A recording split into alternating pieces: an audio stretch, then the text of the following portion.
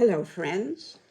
I'm Flora speaking out, and thank you so much for joining me today.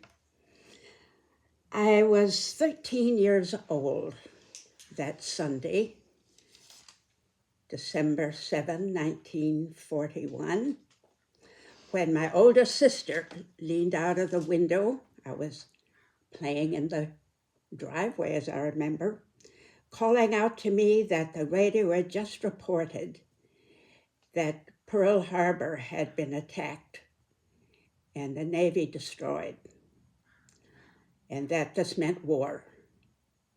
I remember I screamed back at her some kind of nonsense words that later on made no sense at all, just hysterical shock, I think.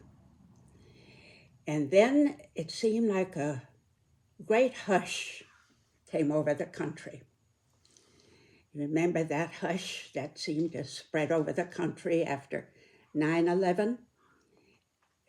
Not just the fact there were no airplanes in the sky, but a kind of all-pervasive silence that you feel when there's been a great shock, something very portentous happening. A little bit like the feeling of the hush just before the thunderstorm breaks. Feeling of something momentous looming. There was the mutter of radios everywhere, of course. Everyone glued to the news. And the next day, again, everyone glued quietly to their radios when President Roosevelt stood up before both houses of Congress and asked them to declare war on Hirohito's Japan. And then 3 days later, again, asked them to declare war on Hitler's Germany, which had already declared war on us. Defensive wars in both cases. He could have started things by himself without consulting Congress because we had been attacked. But he respected the equal powers of the three great branches of the Constitution: the judicial, executive, and legislative. Equal powers. And it was Congress' duty to declare war, not his. Now, this was 85 years ago. Very few presidents since then have respected that power. And the president we have now neither understands or respects the equal power and balance of the government. He never has, especially now when he is already addicted to the powers of war making. And it is a powerful addiction. Sometimes I wonder if no one but myself remembers something he said 10 years ago. I'd never hear it quoted by anyone, but I remember every word of it. It was in his first campaign. And this is what he said, word for word. I will be so good with the military, it will make your heads spin. Said those words, I felt a cold chill. Every now and then, he will say something quite astonishing of what he really means and what he really intends. In spite of all the lies and cover-ups, all of a sudden his true face will appear. I will be so good with the military, it will make your head spin. My father was a little boy at the turn of the 20th century, said at that time every little boy was, whether he particularly wanted it or not, every little boy, no girls of course, were given for birthdays or Christmas at some point a set of soldiers, tin soldiers usually, to set up battle arrays. Now, some little boys who didn't have power issues looked on it as an intellectual game like chess. But other little boys felt the power, the deep, dangerous fascination of setting up these soldiers into position. They have to do what I tell them. They owe me absolute obedience. When I tell them to stand still, they do. When I tell them to move forward, they have to. Well, our president tried his hand sometimes, first administration, but now he's totally hooked. It's growing on him. He needs the drug of power over life and death. First, the threats, of course. Canada, Greenland, Panama, Cuba, actual attack on Venezuela, now Iran. And as Hitler said, tomorrow the world. With such dispatch, after he was elected the first time, he tore up the 2015 agreement that America and 5 other nations had worked out with Iran about stopping the nuclear program. It wasn't a perfect agreement, but had been agonizingly over months hammered out together. And the first thing Trump did was destroy it. His eyes, yes, of course, were always on the oil. His eyes are always on the oil and the natural resources of countries he would like to annex or attack. But greater than the oil, he needs the drug of power. Never mind that he promised no more wars. Never mind that he once referred to soldiers who fought in those wars as suckers and losers. Do you remember that talk? He's an addict now.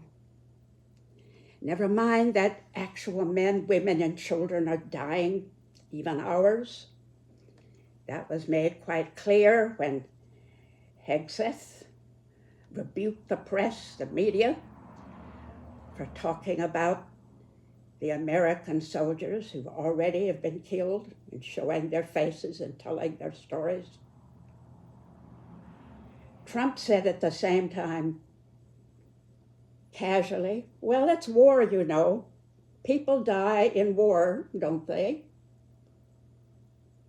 Never mind that he's tossed a lit match into a gas tank. Never mind that the whole Near East is rapidly getting involved in war. I could hardly believe it when I read in the news that some military commanders, the evangelical, extreme nationalist type, are saying to their troops, and I quote, President Trump has been anointed by Jesus to light the signal fire in Iran, to cause Armageddon and mark his return to earth. Not Jesus of the Bible, who never anointed anyone to start a war. The Jesus of Scriptures would have seen immediately right through Trump. and his desperate sickness, the addiction to power, and would have tried to heal him of that mortal sickness. Head spin, said Trump. I will make your head spin. Which sums up, of course, his way of government, doesn't it? A master of distraction. You don't like what I'm doing over here? Well, then look what I'm doing over here. You don't like what I was doing in Minneapolis? Well, then I will fire the head of the District of Homeland Security.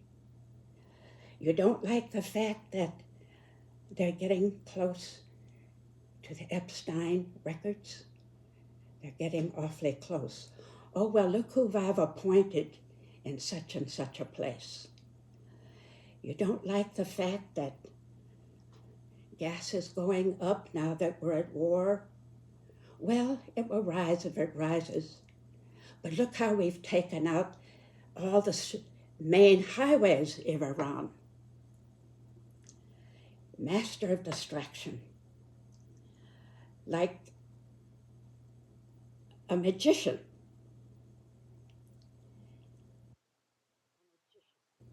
We used to have them at birthday parties when I was a child.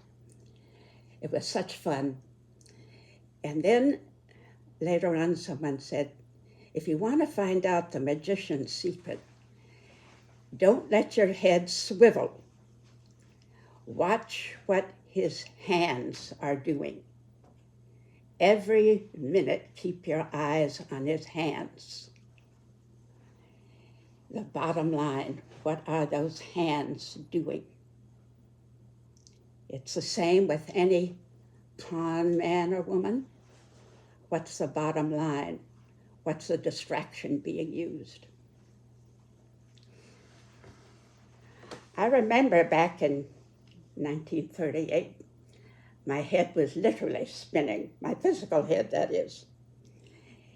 September 21, and we were on a ship taking us to Europe for the year where my father was going to be teaching. And half an hour after we left port, the order came out, no more ships to leave port. A major hurricane was rushing from the south to the north, no satellites to report it. Took everyone by surprise. It turned out to be one of those great killer hurricanes that killed hundreds of people, swept people in buses, cars, houses out to sea. Well, we were in the middle of it on that ship, and believe me, everything was spinning, including our heads. We sailed out of the worst of it, but the seas were by no means calm. I still remember the kindness of the steward who took care of us. I still remember his name, Bill. Very attractive steward. All my sisters had crushes on him, if that's the word they use now.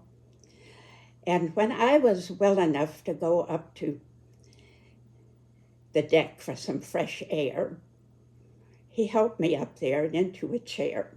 He took care of us like a nurse, this nice young man. And I looked at the ocean, the waves tossing, splashing. I looked at the rail of the ship, side to side, up and down, and said, I gotta go back. He said, no, wait a minute. Just stay where you are. Breathe slowly and gently of the fresh air. Don't look at the waves. Don't focus on the rail heaving up and down. Look at the still points. Look at your hands in your lap. And if you look up, look at the horizon, the far horizon. That is a focal point, a still point. You know, I found that, I've always remembered him saying that, and I've found that to be so helpful. It's a wonderful analogy.